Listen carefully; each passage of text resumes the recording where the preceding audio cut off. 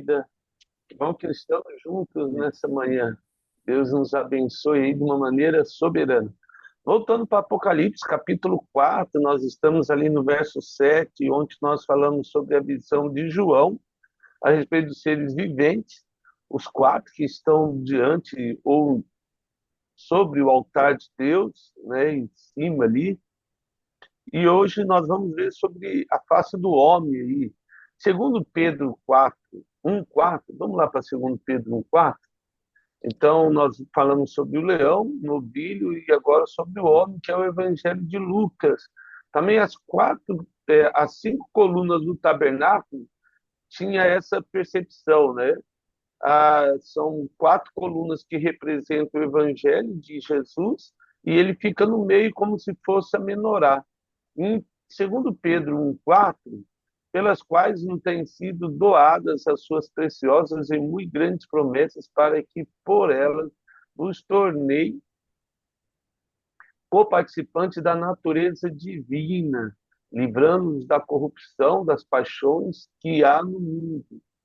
Por isso mesmo vós, reunindo toda a vossa diligência, associai, né, com fé a virtude, e com virtude, conhecimento, com conhecimento, domínio próprio, com domínio próprio, a perseverança, com a perseverança, a piedade, com a piedade, a fraternidade, com a fraternidade, o amor.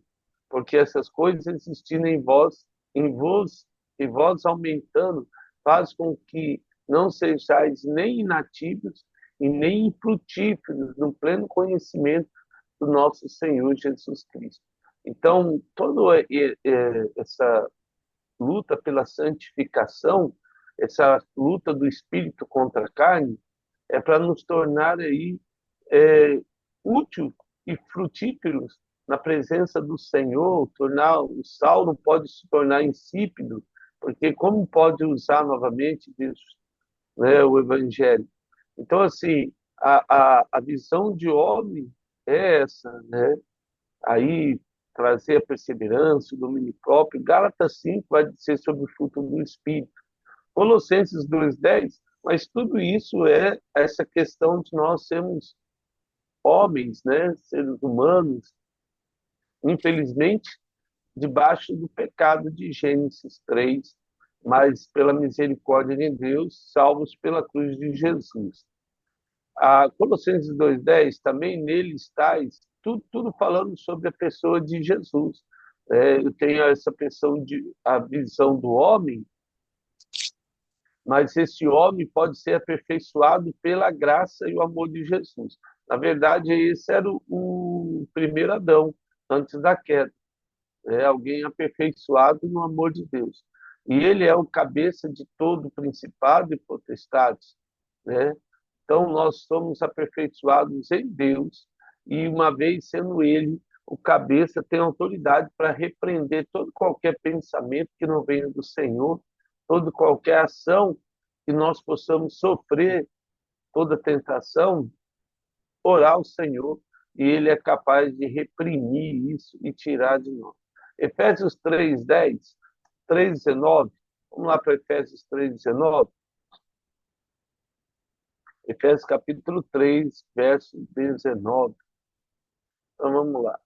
Ó, e conhecer o amor de Cristo que excede todo entendimento, para que sejais tomados de toda plenitude de Deus, ou seja, está totalmente completo de Deus, né?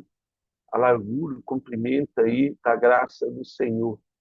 E por último aí, vamos ler Romanos 8, 29, 30.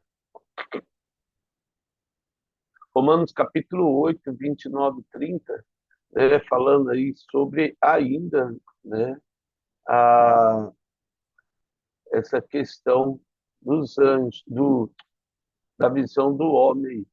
E porquanto aos que de antemão conheceu, também o predestinou para serem conformes à imagem do seu Filho, a fim de que ele seja primogênito entre muitos irmãos. E os que predestinou, a esses também chamou, e os que chamou, a esses também justificou, e os que justificou, a esses também glorificou.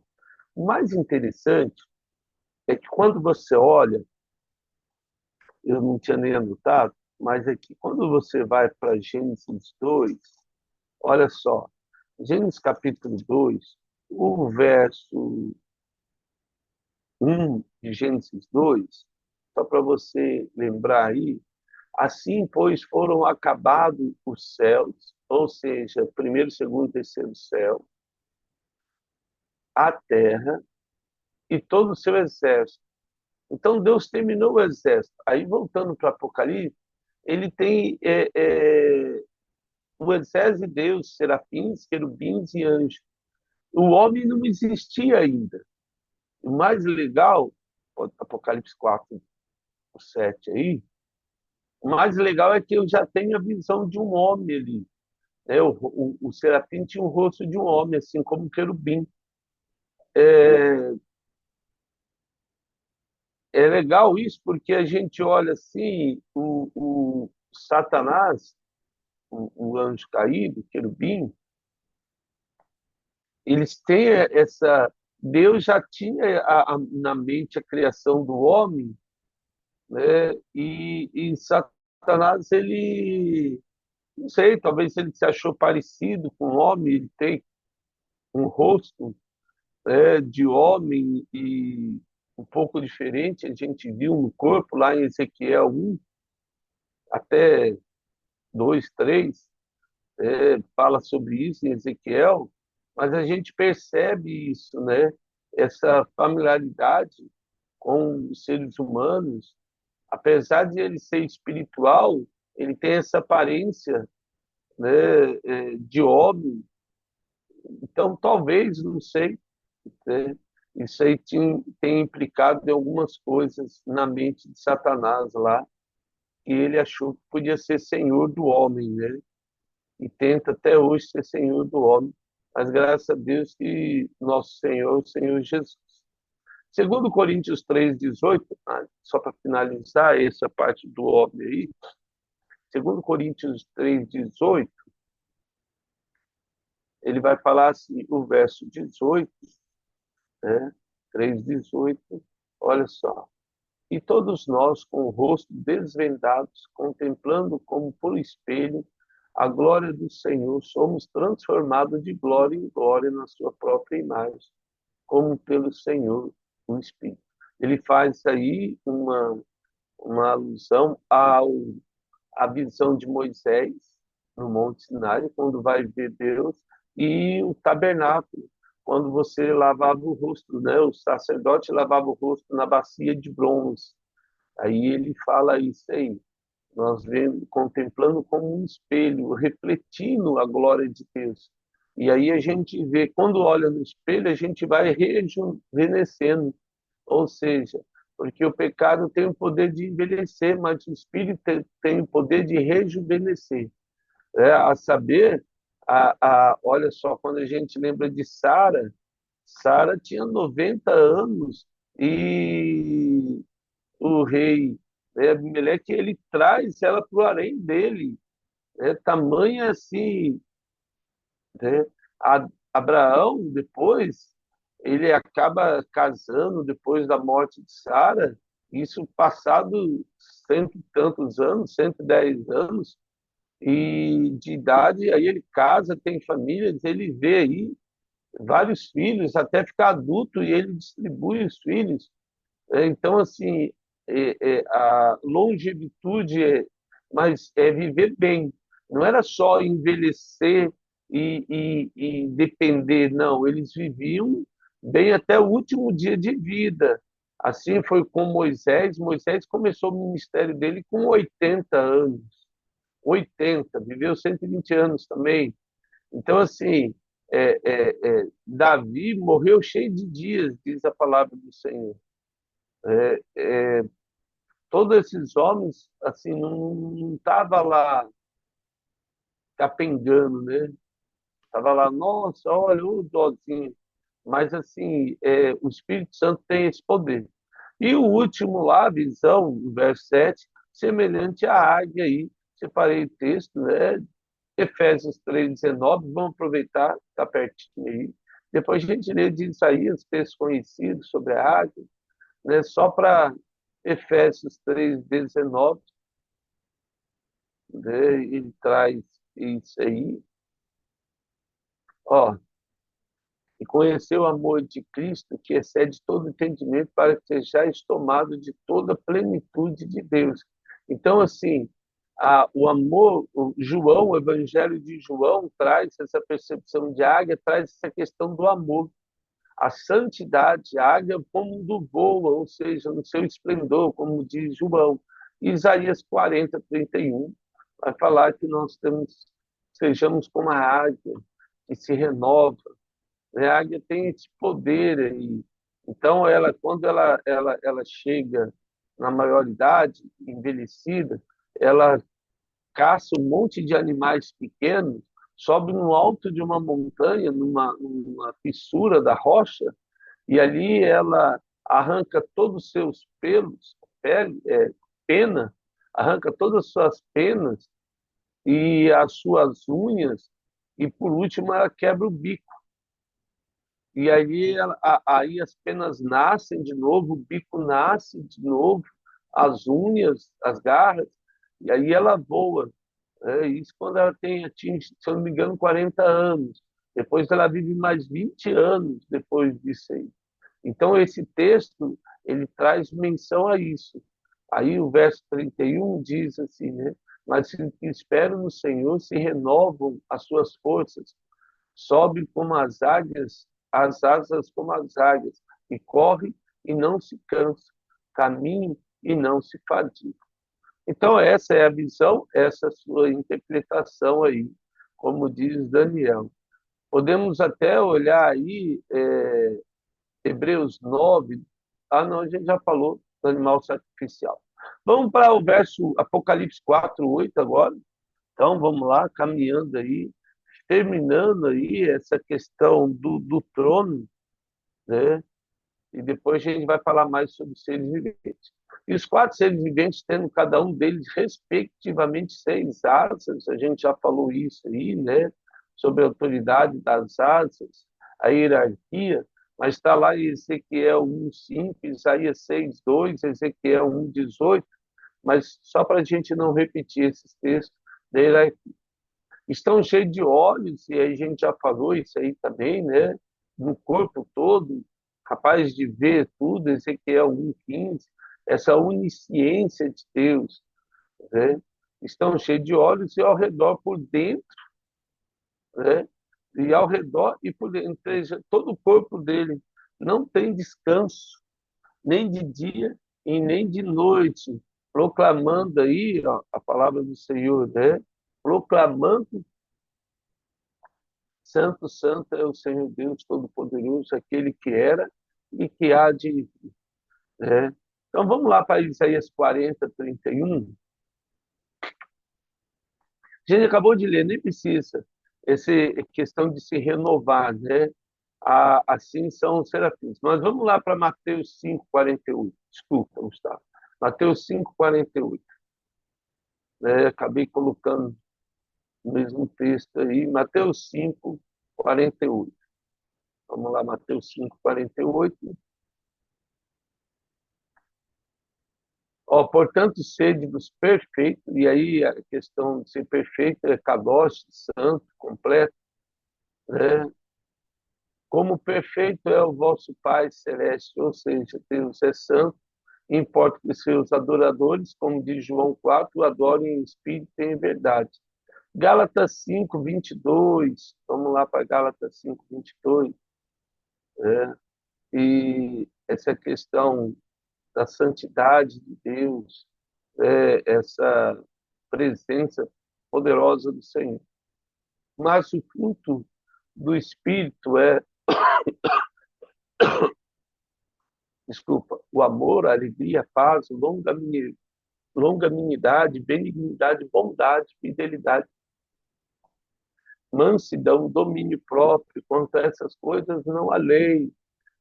O apóstolo Paulo chama a atenção da igreja em Gálatas, que estava sendo influenciadas pelos judaizantes a serem circuncidados, a voltarem a andar na lei. E o apóstolo Paulo faz essa defesa em nome da graça, né, diante da igreja. Então a gente vê exatamente isso, né? Essa questão da santidade de Deus. Romanos 1:7, vamos lá, Romanos 1:7, né?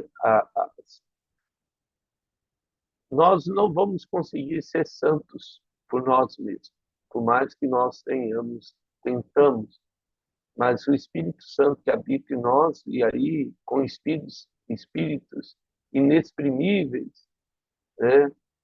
E o Espírito inexprimível do Senhor dentro de nós nos constrange a uma vida santa. Não é mérito nosso, é mérito do Espírito Santo de Deus que habita em nós. Romanos 1:7, ele vai dizer assim: a todos os amados de Deus que estáis em Roma, chamados para serem santos, graças a vós outros da parte de Deus, nosso Pai, e do Senhor Jesus Cristo. Lembra das vestes nupciais de Mateus?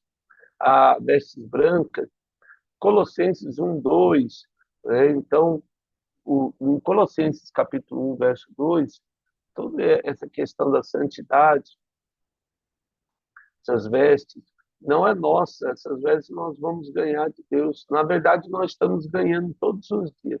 Toda vez que a gente acerta, nossas vestes se tornam mais brancas, como a alva, né? Como a neve, né? Alva como a neve. Então, lá, primeiro Colossenses 1, o verso 2, ele diz assim: aos santos e fiéis irmãos em Cristo que se encontram em Colosso, graça e paz. Então, o apóstolo vai chamar isso aí. Segundo Pedro 1:4, vamos lá para segundo Pedro 4, depois a gente, segundo Pedro 1:4, isso.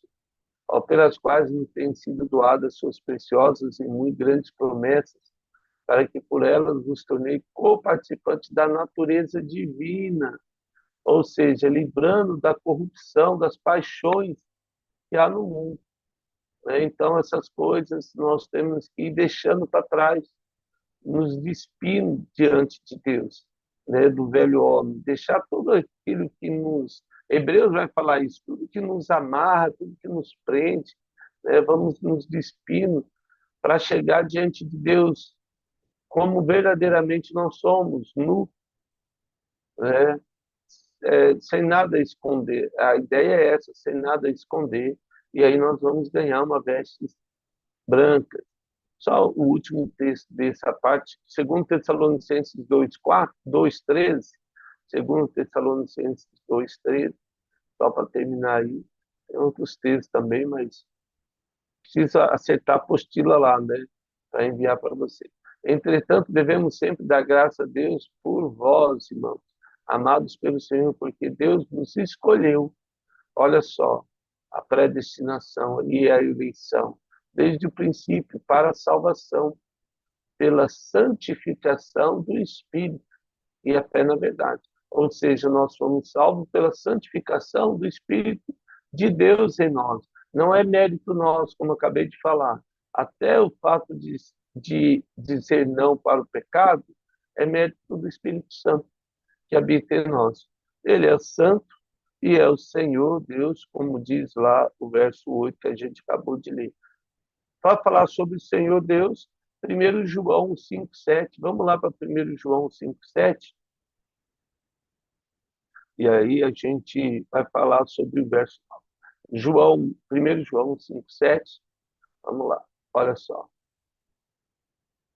Pois há três que dão testemunhos no céu: o Pai, a Palavra, que é o Verbo, que é Jesus, e o Espírito Santo.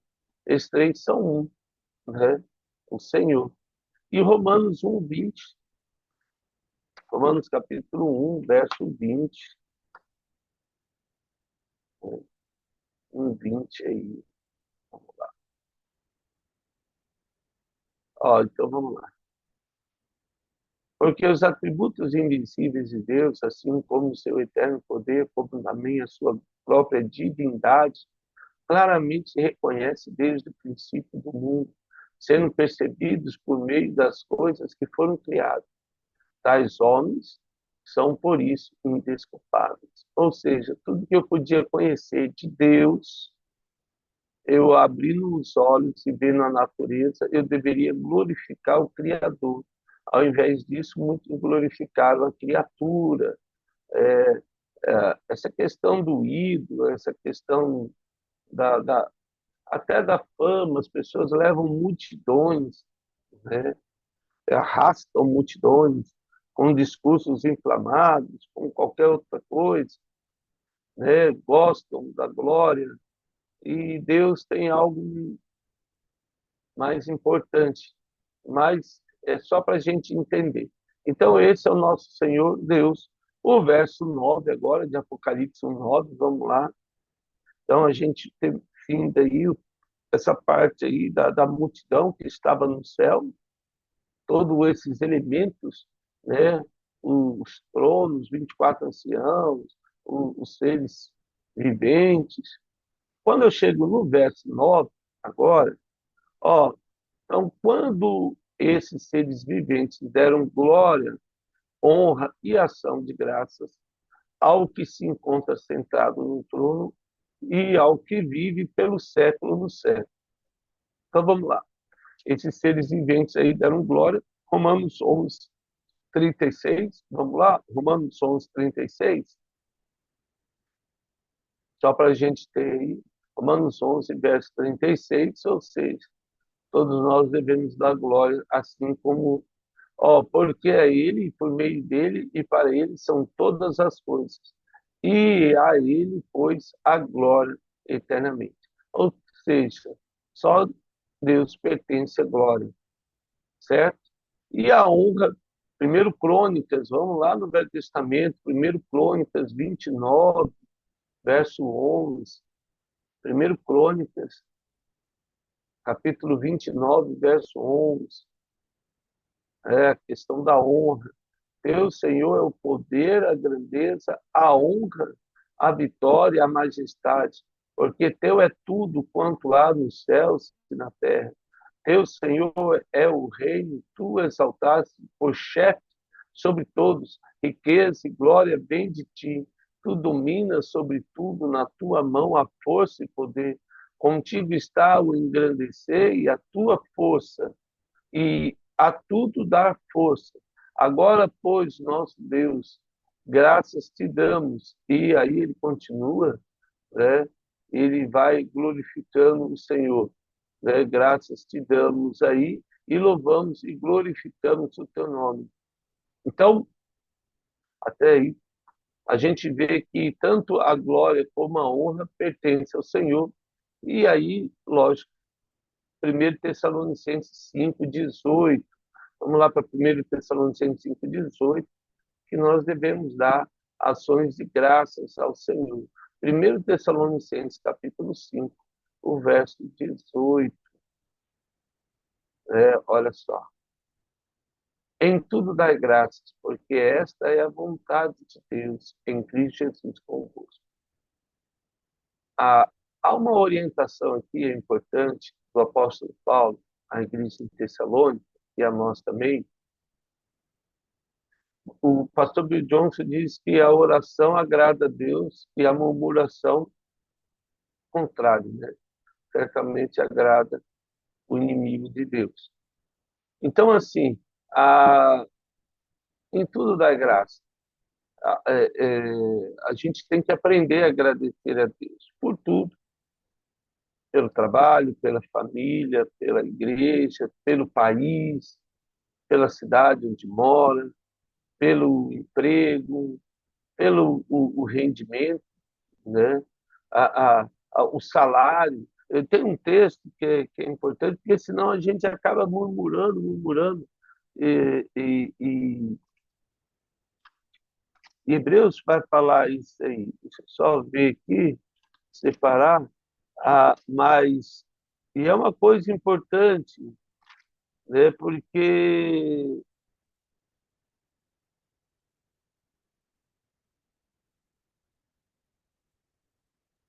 o Hebreus capítulo 13, verso 5, né, que eu estava, agora que eu falei, eu lembrei desse texto, Hebreus 13, 5, Hebreus 13, 5, o verso 5 de Hebreus. Ah, isso, Hebreus 13, versos. Isso. Olha lá. Seja a vossa vida sem avareza. Contentai-vos com as coisas que tendes, porque ele tem dito: de maneira alguma te deixarei, nunca jamais. Ele cita Isaías 41 aqui, ó. Jamais te abandonarei. E é legal isso, porque a nossa vida tem que ser sem avareza, sem. Deus não há de nos abençoar e já está nos abençoando. É aquilo que nós falamos do hebraico, né? Quando o hebraico antigo, ele não essa questão do tempo, o português ele tem passado, presente e futuro. O hebraico ele só tinha passado e presente, não tinha futuro. Então, quando Deus dizia, eu te abençoarei, ele dizia assim, ou você já foi abençoado por Deus, ou você está sendo abençoado por Deus. Não existe isso, Deus vai te abençoar no futuro. E isso é bem legal, que traz é, é, é, essa proximidade de Deus, né? Essa presença de Deus sobre nossas vidas. Voltando lá, então, para Apocalipse, então, deram glória e honra e ações de graças ao que se encontra sentado no trono. Apocalipse 5:13. Vamos lá para Apocalipse 5:13. Apocalipse capítulo 4, 5, verso 13. Isso. Então, a gente já sabe quem está sentado no trono, então vi que toda criatura que há no céu e sobre a terra, debaixo da terra, sobre o mar e tudo que neles há, estavam dizendo: aquele que está sentado no trono e ao Cordeiro, seja o louvor, a honra, a glória e o domínio pelos séculos dos séculos. Cordeiro, Senhor Jesus. Pelos séculos dos séculos. Filipenses 4:20. Vamos lá para Filipenses 4:20. A gente tem isso aí, Filipenses capítulo 4, verso 20. Filipenses 4:20. Isso, ora, o nosso Deus e Pai seja a glória pelos séculos dos séculos. Amém. Verso 20 agora de Apocalipse 4, verso 10. Apocalipse 4:10. Então a gente tem aí, né, continuando aí, o verso 10. Vamos lá. Os 24 anciãos aparecem aí, prostrar-se-ão diante dele, que se encontra sentado no trono, adorarão o que vive pelo século de séculos e depositarão, olha só que legal, as suas coroas diante do trono, proclamando. E aí a gente já vai ver isso aí. Os 24 anciões, nós já falamos, está lá em Apocalipse 4:4, Apocalipse 5:8, né? Vão se prostrar. Salmo 37, vamos ler um pouquinho de Salmo 37, verso 24. Salmo 37, verso 24. 37, verso 24. Ó, e se cair, não ficará prostrado, porque o Senhor segura pela mão, né? A, o Senhor firma os passos do homem, né? Só ler o 23. O Senhor firma aí essa questão de sustentar. O Senhor firme os passos do homem bom e no seu caminho se compraz. Se cair, não ficará prostrado, porque o Senhor segura pela mão. Fui moço e agora sou velho, porém jamais vi o justo desamparado, nem a sua descendência, ou seja, mendigar o pão. Então aí, olha só, daquele que se encontra entrado no trono, né, eles vão adorar. Esse é o nosso Deus, que cabe adoração. Salmos 34, verso 1, vamos lá, né? Todos prostrados aí se prostrarão e adorarão. O Salmo 34, verso 1, olha só. Bendirei o Senhor em todo tempo e o louvarei. Estará sempre nos meus lábios. Aí glória-se no Senhor a minha alma. Glorificar no Senhor minha alma. Os humildes ouvirão e se alegrarão. Engrandecerei o Senhor comigo. Todos a uma lhe exaltamos o nome, né? O cântico aí. Aí ele vai citar, depois a gente pode ver, agora depositar a coroa, né? Mas isso traz essa percepção de nada é nosso. Até a coroa que os anciões ganharam, eles vão colocar os pés, dizendo assim: Senhor, tudo é teu, né? Nossa vida é tua, nosso reino é teu, tudo é do Senhor, nós não temos nada, né? E nós usufruímos aquilo que é de Deus, como bons mordomos que Deus nos dá, né? A questão do trabalho, a questão da família, a questão de viver mesmo, né? Esse corpo que nós temos, nem esse corpo é nosso, nada é nosso, mas que sejamos bons mordomos no Senhor. Talvez essa seja a lição de hoje, aprendemos a ser mordomos no Senhor. Amém? Ó Pai, eu quero agradecer por essa palavra, por esse dia. Nos ensina a ser grato, ter o coração grato, Senhor. Livre de murmurar contra qualquer coisa que o Senhor nos tem dado. Perdoa-nos, Senhor, nossas falhas. Dá-nos um dia vitorioso, ó Pai. E possamos nos alegrar e o Senhor se alegre de nós. Sejamos bons mordomos nesse dia daquilo que o Senhor nos tem dado. É que eu lhe imploro em nome de Jesus. Ensina-nos, Senhor, a ser esse mordomo que agrada o teu nome. Até a tua volta no nome de Jesus. Amém. Amados, que honra estarmos juntos, hein?